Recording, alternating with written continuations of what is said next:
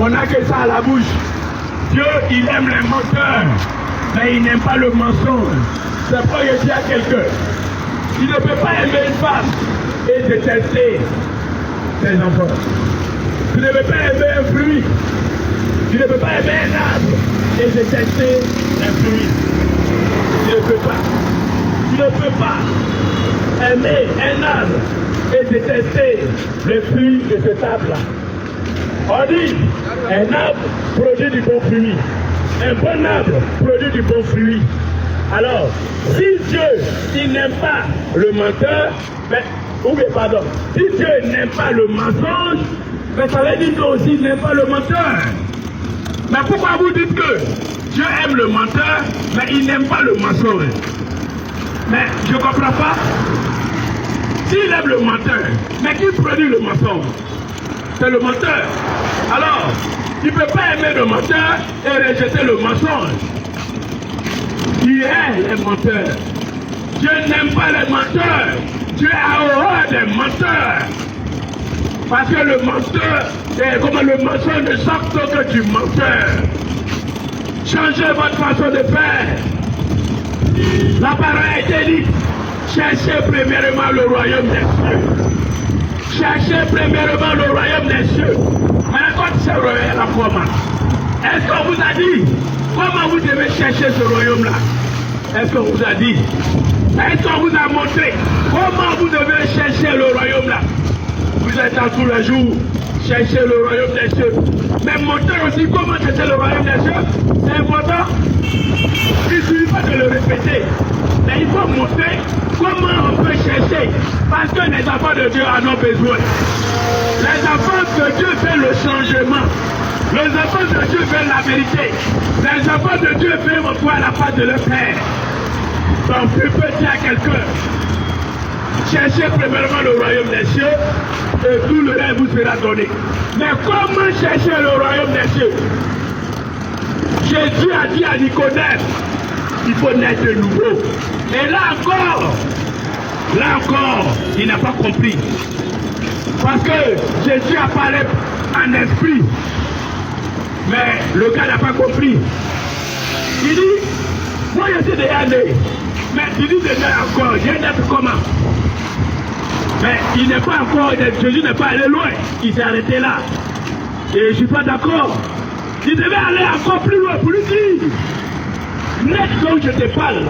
C'est-à-dire, il faut changer ton comportement. Il faut devenir comme un enfant. Il faut arrêter d'être arrogant. Il faut arrêter d'être ignorant. C'est là d'être de nouveau. Il faut changer sa nature. C'est là d'être de nouveau. Et c'est comme ça qu'on cherche le royaume des cieux. Est-ce que vous avez compris? C'est comme ça qu'on cherche le royaume des cieux. C'est pas aller t'asseoir dans l'église. On dit chercher premièrement le royaume des cieux. C'est la transformation. C'est un travail que tu dois faire. Tu dois se faire sur toi. Tu dois faire un travail sur toi quotidiennement. Continuellement. Sur toi-même. Tu dois faire des efforts sur toi quotidiennement. C'est ça. Cherchez premièrement le royaume des cieux. Ne cherchez pas premièrement les choses de la chair, mais cherchez premièrement ce qui fait honneur à Dieu.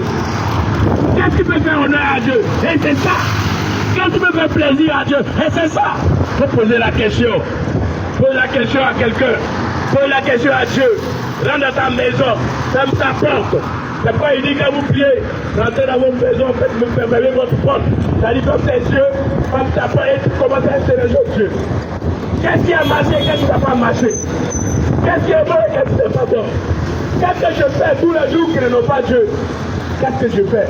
Parce que si tu vis comme tu veux, si tu ne vis pas pour la gloire de Dieu, alors tu es exposé. Tu es exposé. Et toi, un jour, ce que tu ne devais pas voir, tu vas voir. Ce que tu ne devais pas voir, tu vas voir. Aujourd'hui, ça me fait mal de voir le niveau de l'ignorance. Aujourd'hui, ça me fait mal de voir le niveau de l'ignorance. Celui qui devait savoir, il ne sait rien. Il n'interroge pas, il ne demande pas, il ne cherche même pas à savoir. Et il est là, il est dedans. Il est dans le folklore. Il pense que tout tourne autour de lui. Tout tourne autour de lui. Ce qui se passe à côté, ce n'est pas son problème, ce n'est pas son affaire. Et il pense qu'il a tué.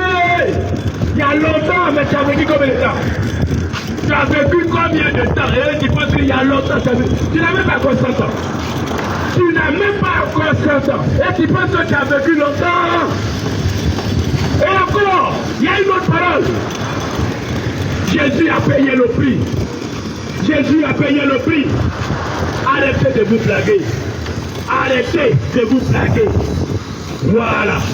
Parce que quand on paye le prix, quand on a payé un crédit, là, on ne doit plus. N'est-ce pas? Non, on passe de la terre. Si mon papa a payé le prix, c'est-à-dire si il a payé le prix, ça veut dire qu'il devait. D'accord? Ça veut dire qu'il devait à quelqu'un.